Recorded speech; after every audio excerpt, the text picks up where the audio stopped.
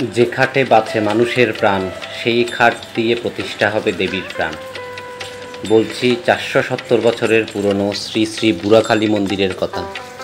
আজ আমাদের গন্তব্য চট্টগ্রাম শহর থেকে কিছুটা দূরে পটিয়া উপজেলার ধলঘাট গ্রামের ঐতিহাসিক সেই মন্দিরে।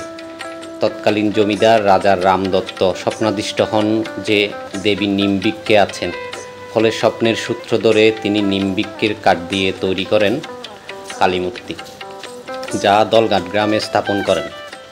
মন্দিরে অধিষ্ঠাত্রী দেবী মা বুড়াখালী নামে পরিচিতা হন। আগেকার আমলে নিম গাছকে রোগ মুক্তির মহা ওষুধ রূপে বিবেচনা করা হতো।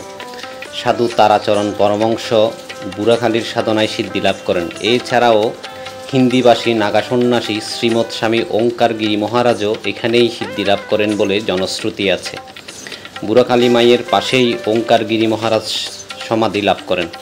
এই জাগ্রতা মায়ের মন্দিরে প্রতিদিন বিপুল ভক্তের সমাগম ঘটে।